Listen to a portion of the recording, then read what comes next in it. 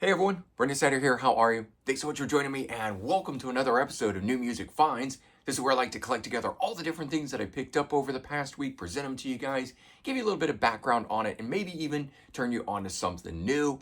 So for me, I only got 6 things this past week. It was a bit of a slow week, but I found some really interesting things. It was a lot of stuff that I didn't expect to find. So it was things that I found through digging through new releases and stuff to try to let you guys know what's coming out on the What Just Dropped series and things like that, all leading to some interesting finds. I want to share those with you. We'll get into it here in just a bit. But before we do, if you're new to my channel and haven't already hit the subscribe button, please do. Also leave a comment, hit like, all those things do help support my channel. I'd greatly appreciate it. And of course, as an added bonus, by turning on notifications, you'll never miss an episode and stay up to date on really cool things like this with New Music Finds. So as I said, it was a bit of a slow week. 6 things here, but some interesting nonetheless. If you watch my What Just Dropped series and you know some of the ones I'm going to be talking about here, in particular, I was very surprised about this band here, Firstorn, and this album called Lucky, which is their second studio album. And they have a debut album that came out before it in 2023, Gods of Fire. And when I listen to that, it's far more of a modern metal sound. Whereas this one, it sounds like the band has almost completely reinvented themselves into more of an 80s hard rock band. And it kind of really threw me for a loop because when I checked out the debut album, Gods of Fire, and this would be 2 years ago, it didn't click with me. It didn't do anything for me. It did sound like that modern metal sound. At least it's not for me. You guys might enjoy it nonetheless. But I took note of it because of the different guys that were in the group. So Chris Adler on drums, coming from Lamb of God and Megadeth. And at the time, James Lomenzo was part of the first album, coming from Megadeth. He's also played with White Lion, Black Label Society, a number of different groups. And then Garesh Pradam from Garesh and the Chronicles. And so he's been an up-and-coming vocalist, again, taking note of where he is and who he's singing with. And he's popped up in different places and other bands that I listen to. So again, I thought, let me check this out. And a new guitar player, at least for me, called Myron, only one name, great, player that he is, don't know anything else about him. And so I listened to that debut and it just didn't do much of anything for me. I saw this was coming out and again, want to bring you guys the latest stuff. So I went to feature it and I thought, let me just check it out and see what it is because I don't remember having read or heard about James Lomenzo and Garesh Pradam and or even Chris Adler for that matter. And so I thought, well, geez, that sounds like a great lineup. I checked this out, and the first 2 tracks blew me away. Absolutely loving this thing. And I went back and I checked the debut, and yeah, still didn't really do anything for me. So this right here, I don't know. I think they just maybe found their foothold, figured out who they want to be, or settled into it. I don't know. But this album, Lucky, really, really good stuff. And I'm so enjoying this. And I go back and I can hear elements of this album in the first one. I'm probably going to buy Gods of Fire now, just so I can really hear it. Because I don't know about you guys, but I always think sometimes things sound different on the headphones or, when you're streaming something and then you get the album and it sounds 10 times better. And I'm wondering if that might be the way that the debut album is. Not that it's not great for what it is, it's just that I'm hearing one thing and I'm not hearing really what I want to hear. But this one being so good, especially those first 2 opening cuts on it, and it does move into a little bit of that more modern sound on some of the later tracks. I hear that and I was kind of going, okay, I can still hear where they're the same band. But more and more I listen to this and I just think this is where they're at and I hope that they continue to do this. So I highly recommend checking out this group called Firstborn, and it is Firstborne,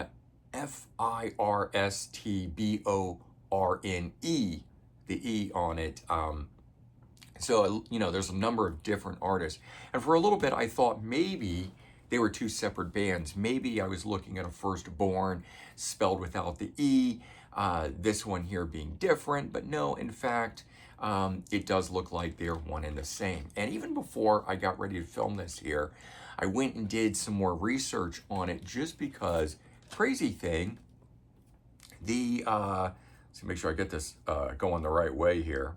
The hype sticker even says on this that Firstborn strike hard with their notable anticipated debut. It doesn't say struck hard like past tense, like they did this before and now they're coming back with a second album. This hype sticker makes it sound like this album is the debut album. And so I'm still a little confused, but I checked Metal Encyclopedia, a couple other different ones, and all in all, I do think they're the same band. They just sound different from one album to the next. And so this one here, if you like some good, heavy, hard rock, a little bit of modern metal flair to it, check this out. All right, kind of staying on the newer metal side of things, although this one is a new wave of traditional heavy metal band, Toxicole. And this is Echoes of the Arena. It is a live album. And you guys know me, I'm not a big live album fan, although I am a fan of this band who I believe only has, no, actually take that back. They've got 3 albums, but I think that the first one is like a self-release. And this one here would be technically, I guess, 3rd studio album, Under the Southern Light from 2024. It came out last year on Dying Victims Records. And, anything that's coming out on that label, I'm enjoying. So when I saw that, and I saw, that they had this live release, and it focuses on 2 of their studio albums, Cursed and Punished from 2019, along with what I just showed you, Under the Southern Light from 2024. Tracks made up across the board from those. And this stuff is like a bit heavier version of Judas Priest, but you can hear the Rob Halford style vocals. He sings on the lower register, then hits up to the high register. So it's good, traditional heavy metal sounding stuff. The band is from Portugal, and they were opening for Creator. And I don't know if they were doing that, where they were doing that show, but the first show that they did, apparently they played and then Creator couldn't play, so they had to reschedule it. When they rescheduled it, they opened the show again, but decided to record that performance, and that's this one. And they are playing in an arena, so the whole echoes of an arena and the big sound of it is supposedly from that show, but it has that cool 1980s vibe to it. It's not like a club show. It's not like 10 or 1,000 or 1,500 people. It sounds like a big show. And I kind of thought, if there's a band that is traditional heavy metal sounding, how are they making that live album that sounds like that? Well, apparently they found a way to do it, but I was ready for the piped in live audience sound that would make it sound more like that. But I read the liner notes on it, and apparently they didn't need to do that because the rabid fan base and everything that was there for Creator, that had spilled over into their own audience, and being able to record this live show led to it sounding as good as it did. So this is out on Lost Realm Records. Now this one goes back the previous week. Just didn't get it in time in order to include into last week's What New Music Finds. And it's the band Void. This is called Horrors of Reality, and they are, new wave of traditional heavy metal sounding style band as well. Maybe even new wave of traditional thrash, if you will, because the band definitely has a more of a vibe of Metallica meets Exodus. You can hear a lot of the Exodus style in the vocaling on here, but the guitar playing And the style of the music and the way that it's written is very much in the Metallica style. So this grabbed my ear right away. And I talked to you about it last week and just really, really liked it. I did a review of this as well, a little short. I don't know if you guys have, everyone's tuning in and have found that I've started posting a lot of shorts on the channel as well, doing my top 5 of this particular band or doing little album reviews and stuff like that. But more content to be had over there. If you don't watch shorts, there's stuff popping up for you guys. But this, I showed to you there just because it was so good. I wanted to let you guys know about it. And if you haven't checked it out, it's totally worth doing, but it's some great newer metal. And so getting just both of these in particular, but getting some of this stuff in the last couple weeks is really, kind of warmed my heart, so to speak, and just that a lot of great newer artists and music is coming out. Well, I've kind of lamented that this year hasn't had a lot of big major artists releasing anything. I have found a lot of good under the radar style bands and albums and things, and that's kind of what this week is all about. But it's been that way the whole year, and I'm already looking forward towards, or I should say, December, and I'm just not seeing many major artists releasing anything. But it's given me that opportunity to dig into the other side of music and what's coming out. And maybe this stuff would have gotten lost if a bunch of big major bands were dropping albums. Who knows? But glad nonetheless. And then again, staying on all that newer metal stuff, although this is their original release, a group called Glacier. And this is their original EP that they did. I think it came out in 95 or 1985, somewhere around that way. There's 5 tracks on here, and apparently the guys have 3 lead singers singing on this. I don't really know the story that led to it, although I believe there's a very detailed booklet inside here. I just haven't had a chance to get to it. But one of these guys does sing lead, and then they had other singers. And you know how sometimes the self-recorded, self-budgeted albums, they just end up the way they end up based on, money and all. But look at the inside of this. I was actually surprised how much great stuff was in here from a band I had never heard of that had this one EP back in the day.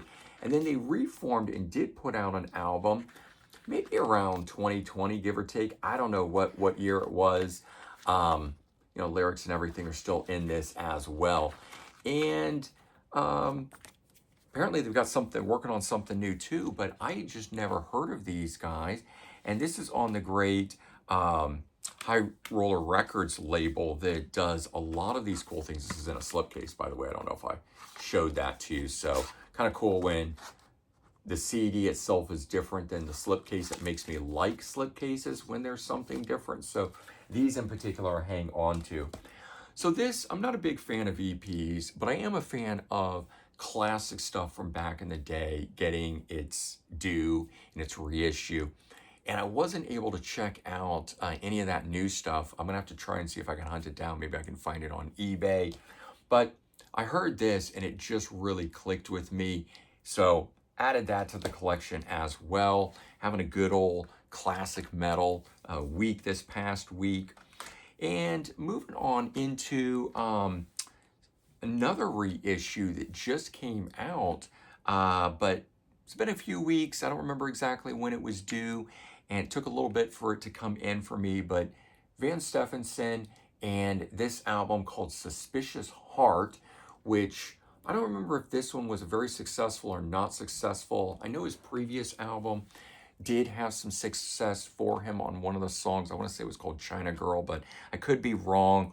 I recently got more into this artist. I have an LP called Righteous Anger, and that's also been reissued, although I haven't gotten it. It's just been heavily delayed. I hope that means that so many people wanted these albums that they got ordered and there just wasn't enough for it. And so Melodic Rock Classics, which is the label that has put this out as well as reissuing the others, just didn't press enough. Otherwise, I don't really know what it is when you pre-order something and then it takes 3 or 4 weeks for it to actually fill the order and get to you. All in all, though, I did get it, but the music that is from this, if you're not familiar with who Van Stephenson is, it's an AOR melodic rock artist from the 80s. He co-wrote with a lot of artists. I knew him more from the co-writing side and who his session musicians or backing bands were when recording these albums, because these are members that would go on to play with, for example, one of the bands, Giant. And that's how I found Righteous Anger, because I flipped it over and saw who was playing on it, and it was like half the guys from Giant. So I was like, well, I know Giant. I'm going to buy this. I don't know who this Van Stephenson guy is. But I went ahead and checked it out and loved it. And so now I'm trying to hunt down all of the albums that this guy has done, and this being one of them here. Like I said, still waiting on the other one. Hopefully I'm going to see that in the next week or so, because these were one of those ones where it's like you have them on order so long that Amazon notifies you and it's like, oh, you got to confirm that you still want it because we're trying so hard and we can't get it and it's been so long. And sometimes when that happens, it means you're not going to get it.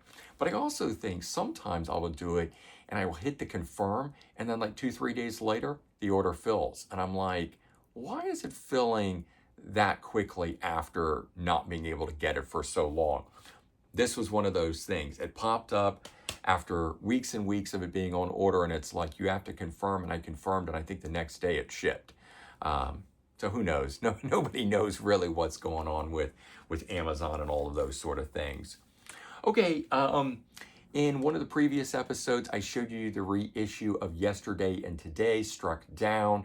This was their second studio album, the band that eventually goes on to become just simply Y&T. Had 2 albums before being Y&T. This is out on Rock Candy Records, and I picked that up through an eBay order that I did.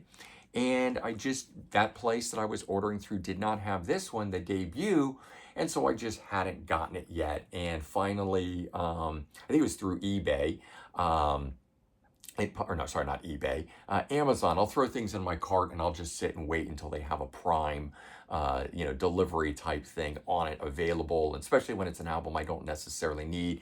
I had both of these as a 2 for, on one disc kind of thing that I purchased through Y&T's website years ago, maybe even a decade ago kind of thing. But I'm always looking for the standalone album with the original art and all of that. And Rock Candy does these things so good. In fact, I just filmed an episode today on Grant Arthur's channel, Grant's Rock Warehouse, where I was showing these because he and Pete Pardo, who are a part of this, showed their versions a month or so back when we did the first episode. This was a part 2, and I was like, hey, now I got my copies. So if you haven't checked these out and you are a fan of Y&T, both of these are very good early sounding stuff. But Dave Meniketti on vocals has one of the most soulful hard rock sounding vocals of anybody out there. A mystery as to why the band Y&T didn't break. I just think it was one of those never at the right place at the right time, never had the right support the way that they should have, but they were one of those stellar bands that always was on the verge of success, and fortunately never gave up, because they went right through the late 70s all the way through the 80s into the 90s. I don't even know when. I mean, they've stopped a few times, but I don't know that they've actually ever broken up. I think they've just kind of always continued, whether playing live or whatever it is that they're doing. In fact, I think they're out there right now playing live still, although I think we're down to just Dave Meniketti left in the band. I think the rest of the guys are either no longer there, but a couple of them unfortunately have passed away even. So such is life in the world of rock and metal that started in the late 60s, early 70s, and here we are 50 years on. We're losing these guys left and right, but it is just the nature of things. So anyway, those are the 6 things that I picked up this past week. And as I said, you know, a number of those items were things that I wasn't even looking for, that I stumbled across when putting together the What Just Dropped series. So I ended up with a handful of stuff this week, all because of the shows that I try to put together and get info out to you guys. And I'm absolutely loving that. I mean, I'm loving being able to share that with you. I hope you guys are also finding some cool things. And if you don't watch that series, that's cool, because you're seeing them right now on this here. And hopefully you're still finding some great stuff as well. So there you go. Hopefully you enjoyed this episode, and certainly weigh in on what you picked up this past week. I heard from a lot of you guys that it was a slow week. There wasn't any big major artist releases. Again, when I say that, I mean stuff that I was interested in. There was Hailstorm, there was Baby Metal, and Machine Gun Kelly, and a few other. There were some major artists, but just, again, not stuff that I was listening to. So, all right, everyone, take care, have a good one, and I'll talk to you next time. All right, bye-bye.